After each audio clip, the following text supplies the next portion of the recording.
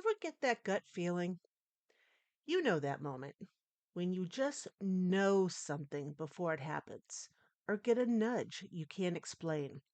That's your intuition. And whether you're making a big decision or choosing which lane to drive in, your intuition is speaking. The real magic? Learning to hear it clearly and trust it daily. In today's episode, we're tuning into your intuitive channel and turning up the volume. I'd like to welcome you to Mystical Minds, the podcast where magic meets modern life and the metaphysical isn't just possible, it's personal. I'm your host, Allie Thies. I'm a psychic, an energy worker, a soul connection specialist, and the former host of Ask Allie, the longest running spiritual podcast on Apple Podcasts with 19 incredible seasons. Over the years, I've written 8 books, including the Gypsy Magic series, Out of Body Ecstasy, Gypsy Girl Guide to Goals, one spicy erotic novel, and a chapter in the best selling book, Sacred Self, where I shared how to create a bedroom that truly invites love. I've been walking the mystical path since childhood, and now I help others remember who they really are through intuitive reading, soul work, and a safe, sacred space of the Mystical Minds community. This podcast is your invitation to explore the magical, metaphysical, and wildly mysterious side of life. From energy healing to spirit guides, soulmates, sacred rituals, nothing is off limits here. So grab your tea, light a candle, and let's dive into this mystery together. Hello, hello, welcome. Happy Monday, everybody. Wow, what a weekend it was, wasn't it? When I was drawing the energy of the week for the Mystical Minds VIP group last week, I drew a lot of dark red.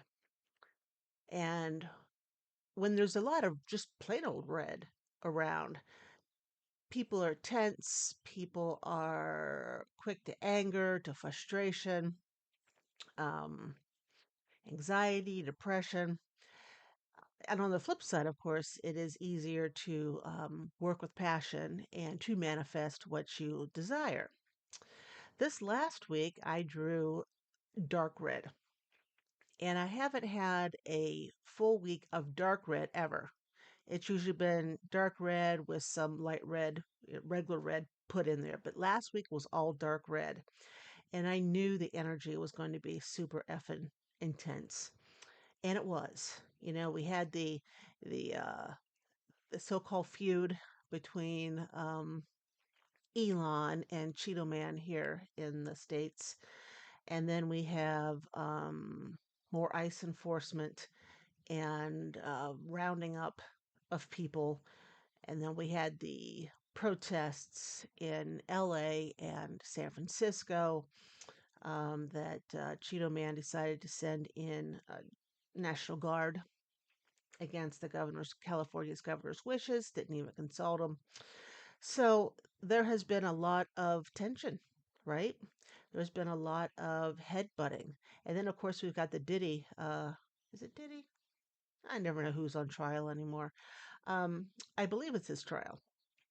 But then we have that going on with a lot of spew and negativity happening. Um, yeah, so last week was a doozy. And this week really seems to be no different energy wise. It's all dark red again. So expect the unexpected, expect to be squished, squeezed, have a hard time sleeping. I slept maybe 2.5 hours last night, if I was lucky.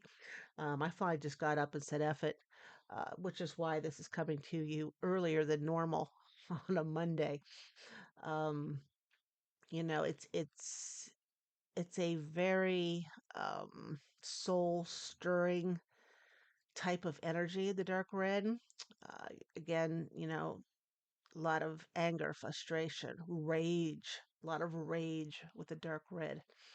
But on the flip side, if you use the energy to your advantage, if you work with passion and you work towards manifesting something, especially since this week I believe we have, I don't have it up in front of me because I haven't slept, so I forget what it is. It's either a full moon or a new moon coming up on Wednesday. Um, And we have all the moon stuff going on along with the dark red. So just take a deep breath this week. Use the dark red to your advantage. And if you feel the rage building up inside of you, please do something constructive with that rage instead of lashing out and hurting somebody, either with your words or with something physical. All right? So, moving on to the card of the week. And it doesn't matter if you're listening to this episode uh, the week I draw it, or a year or 5 years from now. This card is for you for the week. And I'm using my favorite deck at the moment, the Guides of the Hidden Realms by Colette Baron Brown. No, Colette Baron Reed. Where did I get Baron Brown from? Oh, good Lord. I think I'm going to need just a bit more coffee to get through today. All right, so let's see what this card's going to tell us for the week. Um, as it go along with all this dark red energy and other things that are happening. All right, so for this week we have the Begin with Faith in Spring. This is all about beginnings, innocence, fertility, and growth. This card's a very green and pink card. So this is really tuning into yourself this week, taking care of yourself with self-love, taking care of those around you with love. It can be the beginning of a new friendship, a new romance, some type of relationship that will stir your heart chakra up. This can also be a time for fertility and doesn't necessarily mean you're going to get pregnant. It can be a good time for fertility of new ideas, new directions, new manifestations, as I just mentioned earlier, and growth. Again, if you use the dark red to your advantage, you can manifest the hell out of this week. So use it for that. And make sure as you're manifesting or working with passion this week that you really check in with your heart chakra, the green and the pink. You know, green, give and take of love, pink, self love for yourself. Really check in there and make sure whatever you're trying to manifest or what you're working with passion um, is not only good for you, but it's good for others. Okay, let's think about others as we're thinking about ourselves this week. All right, so that is the card. Now the mystical item this week is an intuition mala. Um, and the one I was picturing has Lapis and Moonstone in it. And this is a wonderful magical tool for mantra reciting or breath work. These stones activate intuition and inner vision while calming mental chatter. And I am sure that there is some place out there that sells this with a lapis and a moonstone. Okay. I don't know where, but I'm sure it's out there someplace. Why don't you head over to Etsy maybe and take a look, or eBay. All right. The main topic this week is strengthening your intuition in daily life. So, what your intuition really is and what it isn't. Let's talk about this myth right out of the gate. And I've said this previously. Intuition isn't just for those who call themselves psychics or intuitives or mediums or people meditating on mountaintops. Every human is born with an intuitive ability. Everybody. It's as natural as breathing. You've just been taught to override it with logic, people pleasing, or doubt. Think of intuition as your inner GPS, only it speaks softly, in nudges, and in sensations. It's different from instinct, which is immediate and often primal, like an urge to jump out of the way of danger. It also feels different from anxiety, which comes from fear and frequently feels loud, chaotic, or urgent. True intuition is calm, clear, and rooted. It might show up as a quiet yes, a gentle pull, or a sudden clarity that you can't quite explain. It's a survivor skill. It really is. Our ancestors relied on it to help stay alive. We've just traded it in for search engines and second opinions. Intuition speaks through the body first. Have you ever felt a tightness type in your chest when something is off, or a lightness in your belly when it's right? That can be it. Learning your body's language is key. So, today, sometime, give yourself a moment and close your eyes. Just close your eyes, provided you're not driving or someplace where they need to be open, and ask your body to show you what a yes feels like, and then what a no feels like. Notice the sensations. This is your personal compass.